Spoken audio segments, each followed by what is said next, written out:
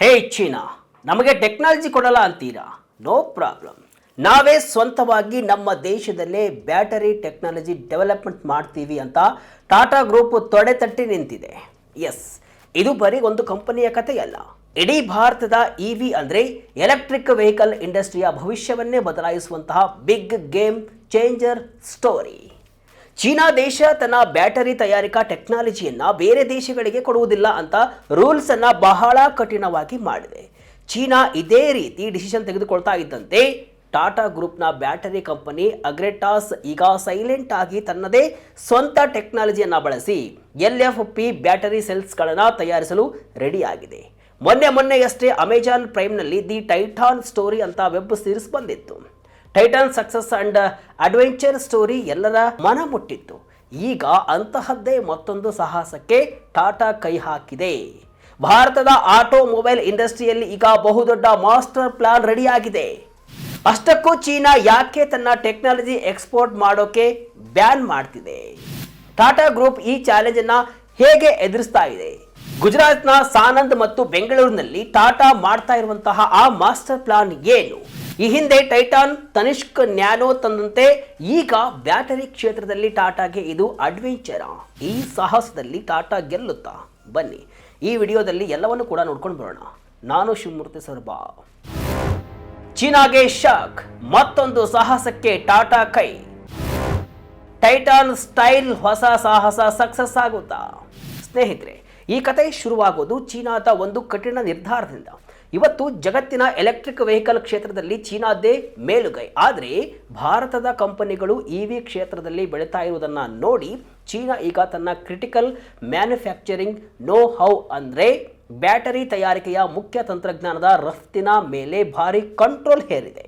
ಇದರಿಂದಾಗಿ ಭಾರತದ ರಿಲಯನ್ಸ್ ಇಂಡಸ್ಟ್ರೀಸ್ ಆಗಲಿ ಅಥವಾ JSW ಗ್ರೂಪ್ ಆಗಲಿ ಸ್ಥಳೀಯವಾಗಿ ಬ್ಯಾಟರಿ ಸೇಲ್ಸ್ ತಯಾರಿಸಲು ಚೀನಾ ಕಂಪನಿಗಳ ಜೊತೆ ಒಪ್ಪಂದವನ್ನು ಮಾಡಿಕೊಳ್ಳೋಕೆ ಭಾರಿ ತೊಂದರೆಯನ್ನು ಎದುರಿಸ್ತಾ ಇವೆ. ಲೈಸೆನ್ಸಿಂಗ್ ಡೀಲ್ಸ್ಗಳು ಕಷ್ಟವಾಗ್ತಿವೆ. ಟಾಟಾಗೂ ಕೂಡ ಚೀನಾ ಕಂಪನಿಗಳಿಂದ ಟೆಕ್ನಾಲಜಿ ಸಿಗೋ ಚಾನ್ಸ್ ಪೂರ್ತಿ ನಿಲ್ಲಾಗಿದೆ. ಇದು ಗೊತ್ತಾಗ್ತಾ ಇದ್ದಂತೆ ಟಾಟಾ ಗ್ರೂಪ್ನ ಅಧೀನದಲ್ಲಿರುವಂತಹ ಅಗ್ರೆಟಾಸ್ ಎನರ್ಜಿ ಸ್ಟೋರೇಜ್ ಸೊಲ್ಯೂಷನ್ಸ್ ಕಂಪನಿ ತಕ್ಷಣ ತನ್ನ ಸ್ಟ್ರಾಟಜಿಯನ್ನು ಚೇಂಜ್ ಮಾಡಿದೆ. ಚೀನಾದ ಮೇಲೆ ಡಿಪೆಂಡ್ ಆಗೋ ಬದಲು ನಾವೇ ಸ್ವಂತವಾಗಿ ಭಾರತದಲ್ಲೇ ಓನ್ ಟೆಕ್ನಾಲಜಿಯಿಂದ ಲಿಥಿಯಂ ಐರನ್ ಫಾಸ್ಫೇಟ್ ಅಂದರೆ LFP ಬ್ಯಾಟರೀಸ್ ತಯಾರಿಸೋಣ ಅಂತ ಪೈಲಟ್ ಪ್ರೊಡಕ್ಷನ್ ಲೈನ್ ಕೆಲಸವನ್ನು ಶುರು ಮಾಡಿದೆ. ಈ ಪೈಲಟ್ ಲೈನ್ ಗುಜರಾತ್ನ ಸಾನಂದಲ್ಲಿರುವಂತಹ ಅಪ್ಕಮಿಂಗ್ ಬ್ಯಾಟರಿ ಫ್ಯಾಕ್ಟರಿಯಲ್ಲಿ ರೆಡಿ ಆಗ್ತಾ ಇದೆ. ಈ ಪ್ರೊಡಕ್ಷನ್ ಲೈನ್ನಲ್ಲಿ ಭಾರತೀಯ, ದಕ್ಷಿಣ ಕೊರಿಯಾ ಮತ್ತು ಚೀನಾದ ಇಂಜಿನಿಯರ್ಗಳ ಟೀಮ್ ಒಟ್ಟಾಗಿ ಕೆಲಸವನ್ನು ಮಾಡ್ತಾ ಇದ್ದು ಮ್ಯಾನುಫ್ಯಾಕ್ಚರಿಂಗ್ ಪ್ರೋಸೆಸ್ ರಿಫೈನ್ ಮಾಡಿ ಮೊದಲ ಬ್ಯಾಚಿನ LFP ಸೆಲ್ಗಳನ್ನು ವ್ಯಾಲಿಡೇಟ್ ಮಾಡುವ ಕೆಲಸವನ್ನು ಈಗ ಟಾಟಾ ಮಾಡ್ತಾ ಇದೆ. ಏನಿದು NMC versus LFP battery technology? ಬೆಂಗಳೂರಿನಲ್ಲಿ 400 ಮಿಲಿಯನ್ R ಮತ್ತು D. ಇಲ್ಲಿ ನೀವು ಒಂದು ಮುಖ್ಯವಾದ ವ್ಯತ್ಯಾಸವನ್ನು ಅರ್ಥ ಮಾಡಿಕೊಳ್ಬೇಕು. ಬ್ಯಾಟರಿಗಳಲ್ಲಿ ಎರಡು ಮೇನ್ ಕೆಮಿಸ್ಟ್ರಿ ಇರುತ್ತೆ. ಒಂದನೆಯದ್ದು NMC ಅಂದರೆ ನಿಕಲ್ ಮ್ಯಾಂಗನೀಸ್ ಕೋಬಾಲ್ಟ್, ಎರಡನೆಯದ್ದು LFP ಅಂದರೆ ಲಿಥಿಯಂ ಐರನ್ ಫಾಸ್ಫೇಟ್. ಟಾಟಾಗೆ NMC ಬ್ಯಾಟರಿ ಮಾಸ್ ಪ್ರೊಡಕ್ಷನ್ ಮಾಡುವುದು ಕಷ್ಟವಾಗಲಿಲ್ಲ. ಯಾಕಂದರೆ ಜಪಾನಿನ ಆಟೋಮ್ಯಾಟಿವ್ ಎನರ್ಜಿ ಸಪ್ಲೈ ಕಾರ್ಪೊರೇಷನ್ ಜೊತೆ ಟೈಅಪ್ ಇತ್ತು. ಲೈಸೆನ್ಸ್ಡ್ ಟೆಕ್ನಾಲಜಿ ಇದ್ದುದರಿಂದ NMC ಸೆಲ್ಗಳ ಆರಂಭಿಕ ಎರ್ಲಿ ಡೆವಲಪ್ಮೆಂಟ್ ಹಂತವನ್ನು ಅಗ್ರೆಟಾಸ್ ಸುಲಭವಾಗಿ ಬೈಪಾಸ್ ಮಾಡಿಬಿಟ್ಟಿತ್ತು. ಆದರೆ LFP ಬ್ಯಾಟರಿ ವಿಚಾರಕ್ಕೆ ಬಂದರೆ ಯಾವುದೇ ಸಿದ್ಧ ಟೆಕ್ನಾಲಜಿ ಲೈಸೆನ್ಸ್ ಸಿಗಲಿಲ್ಲ. ಹಾಗಾಗಿ ಟಾಟಾ ಈಗ LFP ಸೆಲ್ಗಳನ್ನು ಮೊದಲಿನಿಂದ ಅಂದರೆ ಸ್ಕ್ರ್ಯಾಚ್ನಿಂದ ತನ್ನದೇ ಸ್ವಂತ ಟೆಕ್ನಾಲಜಿಯಲ್ಲಿ ಅಭಿವೃದ್ಧಿಯನ್ನು ಪಡಿಸ್ತಾ ಇದೆ. ಸ್ವಂತವಾಗಿ ಟೆಕ್ನಾಲಜಿ ಡೆವಲಪ್ ಮಾಡೋದ್ರಿಂದ ಕಷ್ಟ ಜಾಸ್ತಿ, ಸಮಯ ಮತ್ತು ಕಾಸ್ಟ್ ಕೂಡ ಜಾಸ್ತಿ ಆಗೋದು ಖಂಡಿತ. ಆದರೆ ಭವಿಷ್ಯದ ದೃಷ್ಟಿಯಿಂದ ಇದು ಬಹುದೊಡ್ಡ ಲಾಭ.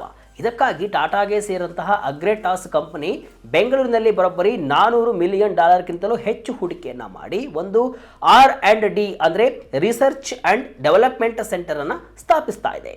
ಈ ಸೆಂಟರ್ ವಿಶೇಷವಾಗಿ LFP ಮತ್ತು LMFP ಅಂದರೆ lithium manganese iron phosphate battery ತಂತ್ರಜ್ಞಾನಗಳ ಮೇಲೆಯೇ ಫೋಕಸ್ ಮಾಡಲಿದೆ. ಅಂದರೆ ಬರೀ ಲೈಸೆನ್ಸ್ಡ್ ಮ್ಯಾನುಫ್ಯಾಕ್ಚರಿಂಗ್ ಮಾಡುವುದಲ್ಲ, ಬ್ಯಾಟರಿಯ ಮೇನ್ IP ಅಂದರೆ ಇಂಟೆಲೆಕ್ಚುಯಲ್ ಪ್ರಾಪರ್ಟಿಯನ್ನೇ ಸ್ವಂತವಾಗಿ ಹೊಂದುವುದು ಟಾಟಾದ ಬಿಗ್ ಪ್ಲಾನ್ ಆಗಿದೆ.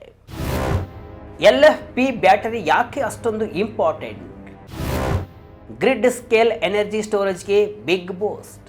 ಈಗ ನಿಮಗೆ ಪ್ರಶ್ನೆ ಬರಬಹುದು, NMC ಬ್ಯಾಟರಿ ಇದೆಯಲ್ವಾ, ಅದನ್ನೇ ಯೂಸ್ ಮಾಡಿದ್ರೆ ಆಯ್ತಪ್ಪ, ಮತ್ತು LFP ಬ್ಯಾಟ್ರಿ ಯಾಕೆ ಬೇಕು ಅಂತ ಇದಕ್ಕೆ ಉತ್ತರ ಮುಂದೆ ಇದೆ ನೋಡಿ. LFP ಬ್ಯಾಟರಿಗಳು NMC ಬ್ಯಾಟರಿಗಳಿಗಿಂತ ಬೆಲೆಯಲ್ಲಿ ತುಂಬಾ ಅಗ್ಗ. NMCಗೆ ಹೋಲಿಸಿದರೆ ಎಲೆಕ್ಟ್ರಿಕ್ ವೆಹಿಕಲ್ಗಳಲ್ಲಿ ಇವು ಸ್ವಲ್ಪ ಕಮ್ಮಿ ರೇಂಜ್ ಕೊಟ್ಟರು ಕೂಡ ಇವು ಬೃಹತ್ ಮಟ್ಟದ ಎನರ್ಜಿ ಸ್ಟೋರೇಜ್ಗೆ ತುಂಬ ಬೆಸ್ಟ್. ಅಂದರೆ grid scale battery energy storage ಮಾರುಕಟ್ಟೆಗೆ ಇವು ಅತ್ಯಂತ ಸೂಕ್ತ. ಭಾರತದ ದೇಶ ರಿನ್ಯೂವೇಬಲ್ ಎನರ್ಜಿ ಅಂದರೆ ನವೀಕರಿಸಬಹುದಾದ ಇಂಧನದ ದೊಡ್ಡ ಗುರಿಯನ್ನು ತಲುಪಲು ಹೊರಟಿರುವಾಗ ಗ್ರಿಡ್ ಸ್ಕೇಲ್ ಸ್ಟೋರೇಜ್ ಮಾರ್ಕೆಟ್ ತುಂಬ ವೇಗವಾಗಿ ಬೆಳೆಯುತ್ತೆ. ಈ ಮಾರ್ಕೆಟನ್ನು ಟ್ಯಾಪ್ ಮಾಡಲು ಟಾಟಾಗೆ LFP ಸೇಲ್ಸ್ ಅಂತ ಅಗತ್ಯವಾಗಿದೆ. ಸಾನಂದ್ ಫ್ಯಾಕ್ಟರಿಯಲ್ಲಿ ಟಾಟಾ ಈ ಎರಡೂ ರೀತಿಯ ಅಂದರೆ NMC ಮತ್ತು LFC ಸೆಲ್ಗಳನ್ನು ಮ್ಯಾನುಫ್ಯಾಕ್ಚರ್ ಮಾಡಲು ಪ್ಲಾನ್ ಮಾಡಿದೆ. ಅಂದರೆ ಕ್ಲಿಯರ್ ಆಗಿ ಹೇಳಬೇಕಪ್ಪ ಅಂದರೆ ಟಾಟಾ ಗ್ರೂಪ್ ಡಿಜಿಟಲ್ನಿಂದ ಕಾರುಗಳವರೆಗೂ ಬೆಳೆಯುತ್ತಿರುವಾಗ ದೇಶೀಯ ಬ್ಯಾಟರಿ ಇಕೋಸಿಸ್ಟಮ್ ನಿರ್ಮಿಸುವ ಪ್ಲಾನ್ನಲ್ಲಿ ಈ ಅಗ್ರೇಟಾಸ್ ಕಂಪನಿಯೇ ಮೇನ್ ಸೆಂಟರ್ನಲ್ಲಿ ಇದೆ. ಅದನ್ನು ಈಗ ಟಾಟಾ ಇಂಪ್ಲಿಮೆಂಟ್ ಮಾಡ್ತಾ ಇದೆ. ಚೀನಾ ವರ್ಸಸ್ ಇಂಡಿಯಾ ನಡುವೆ ಯುದ್ಧ, ಬ್ಯಾಟರಿ ಸಾಮ್ರಾಜ್ಯದ ಅಸಲಿ ಕಾಳಗ. ಇವತ್ತು ಜಗತ್ತಿನ ಬ್ಯಾಟರಿ ಮಾರ್ಕೆಟ್ನಲ್ಲಿ ಚೀನಾದ BYD ಮತ್ತು CATL ಅಂತಹ ಕಂಪನಿಗಳದ್ದೇ ಪಾರುಪತ್ಯ. ಯಾಕಂದರೆ ಚೀನಾ ಬಳಿ ಕಚ್ಚಾ ವಸ್ತುಗಳ ಆಕ್ಸೆಸ್, ಸೆಲ್ ಮ್ಯಾನುಫ್ಯಾಕ್ಚರಿಂಗ್ ಸ್ಕೇಲ್, ಪರಿಪೂರ್ಣ ಸಪ್ಲೈ ಚೈನ್ ಮತ್ತು ಸರ್ಕಾರದ ಪೂರ್ಣ ಬೆಂಬಲವಿದೆ. ಆದರೆ ಭಾರತದ ಕಂಪನಿಗಳು ಚೀನಾಗೆ ಟಕ್ಕರ್ ಕೊಡಲು 3 ಪ್ರಮುಖ ಚಾಲೆಂಜ್ಗಳನ್ನು ಫೇಸ್ ಮಾಡ್ತಿವೆ. ಒಂದನೆಯದು ತಂತ್ರಜ್ಞಾನದ ಆಕ್ಸೆಸ್ಸು, ಎರಡನೆಯದು ತಯಾರಿಕೆಯ ಪ್ರಮಾಣ ಅಂದರೆ ಮ್ಯಾನುಫ್ಯಾಕ್ಚರಿಂಗ್ ಸ್ಕೇಲು, ಮೂರನೆಯದು ಕಾಸ್ಟ್ ಎಫಿಷಿಯನ್ಸಿ.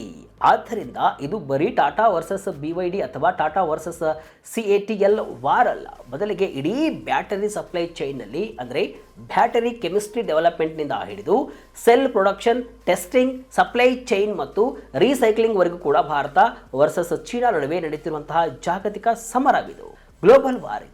ಚೀನಾದಿಂದ ಶಾಶ್ವತವಾಗಿ ತಂತ್ರಜ್ಞಾನ ಆಮದು ಮಾಡಿಕೊಳ್ಳುವ ಬದಲು ದೇಶದಲ್ಲೇ ಸ್ವತಂತ್ರ ತಂತ್ರಜ್ಞಾನ ಬೆಳೆಸುವುದು ಭಾರತಕ್ಕೆ ಸಿಗುವಂತಹ ಬಹುದೊಡ್ಡ ಜಯ. ಅದನ್ನು ಈಗ ಟಾಟಾ ಮಾಡಲು ಮುಂದಾಗಿದೆ. ಇನ್ನು ಸ್ವದೇಶಿ LFP ಬ್ಯಾಟರಿ ಭಾರತದಲ್ಲೇ ತಯಾರಾದರೆ ಮುಂದಿನ ದಿನಗಳಲ್ಲಿ ಭಾರತದಲ್ಲಿ ಎಲೆಕ್ಟ್ರಿಕ್ ಕಾರುಗಳ ಬೆಲೆ ಬರೋಬ್ಬರಿ 20% 30% ಕಡಿಮೆ ಆಗಲಿದೆ. ಅಂದರೆ ಪೆಟ್ರೋಲ್ ಕಾರಿನ ಬೆಲೆಗೆ EV ಕಾರುಗಳು ನಮಗೆ ಸಿಗೋ ಸಾಧ್ಯತೆ ಅಂತೂ ಪಕ್ಕ.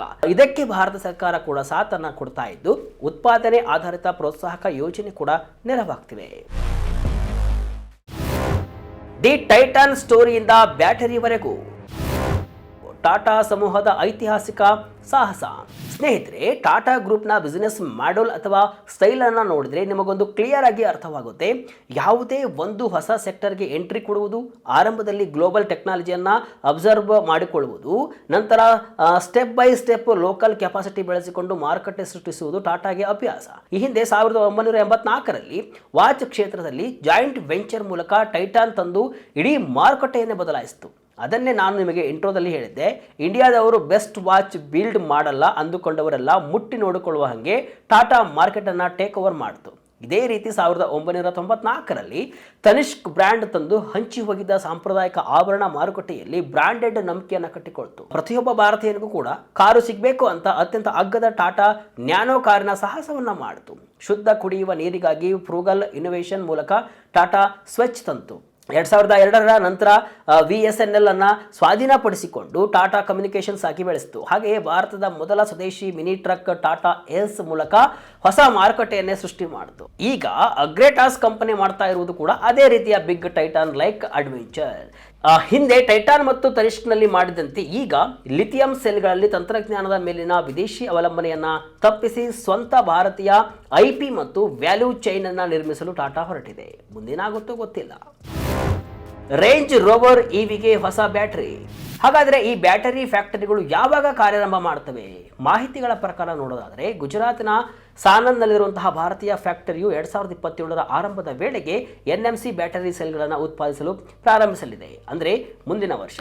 ಅದೇ ರೀತಿ ಇಂಗ್ಲೆಂಡಿನ ಸಾಮರ್ಸೆಟ್ನಲ್ಲಿರುವಂತಹ ಅಗ್ರೇಟಾಸ್ ಫ್ಯಾಕ್ಟರಿಯು ಕೂಡ ಮುಂದಿನ ವರ್ಷದ ಮಧ್ಯಭಾಗದಲ್ಲಿ ಪ್ರೊಡಕ್ಷನ್ ಅನ್ನು ಶುರು ಮಾಡಲಿದೆ. ಈ ಫ್ಯಾಕ್ಟರಿಗಳು ಆರಂಭದಲ್ಲಿ ಟಾಟಾ ಮೋಟಾರ್ಸ್ ಪ್ಯಾಸೆಂಜರ್ ವೆಹಿಕಲ್ಸ್ ಲಿಮಿಟೆಡ್ನ UK ಮೂಲದ ಪ್ರಸಿದ್ಧ ಬ್ರ್ಯಾಂಡ್ ಆಗಿರುವ ಜಾಗ್ವಾರ್ ಲ್ಯಾಂಡ್ ರೋವರ್ನ ಮುಂಬರುವ premium range rover electric SUV ಕಾರಿಗೆ ಬ್ಯಾಟರಿ ಸೆಲ್ಗಳನ್ನು ಸಪ್ಲೈ ಮಾಡಲಿವೆ.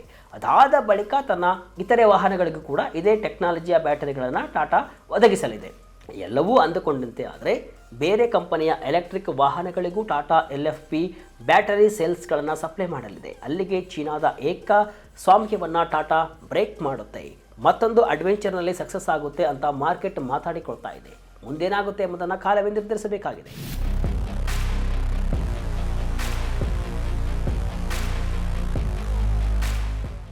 ಒಟ್ಟಿನಲ್ಲಿ ಟಾಟಾದ ಈ ಬ್ಯಾಟರಿ ಕ್ರಾಂತಿಯು ಬರೀ ಒಂದು ಆಟೋಮೊಬೈಲ್ ಕಂಪನಿಯ ಕಥೆಯಲ್ಲ. ಇದು ಭಾರತ ತನ್ನ EV ಸಪ್ಲೈ ಚೈನ್ ಮೇಲೆ ಕಂಟ್ರೋಲ್ ಸಾಧಿಸಲು ಮಾಡ್ತಾ ಇರುವಂತಹ ಬಹುದೊಡ್ಡ ಆಟೋನಮಿ ಹೋರಾಟ.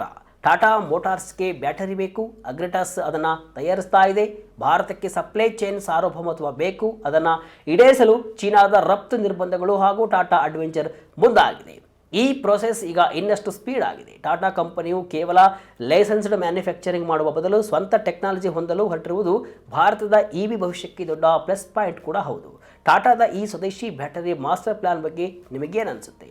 ನಿಮ್ಮ ಅಭಿಪ್ರಾಯವನ್ನು ಕೂಡ ಕಮೆಂಟ್ ಮೂಲಕ ತಿಳಿಸಿ. ಇದಿಷ್ಟು ಇವತ್ತಿನ ವಿಶೇಷ. ಇದೇ ರೀತಿಯ ಹಲವು ವಿಶ್ಲೇಷಣೆ ಮಾಹಿತಿ ಅಷ್ಟೇ ಅಲ್ಲ, ಮನರಂಜನೆಯ ವಿಡಿಯೋಗಳಿಗಾಗಿ ವಿಜಯ ಕರ್ನಾಟಕ ವೆಬ್ಸೈಟ್, ಫೇಸ್ಬುಕ್ ಹಾಗೂ ಯೂಟ್ಯೂಬ್ ಪೇಜನ್ನು ಫಾಲೋ ಮಾಡ್ತಾ ಇರಿ. ಧನ್ಯವಾದಗಳು.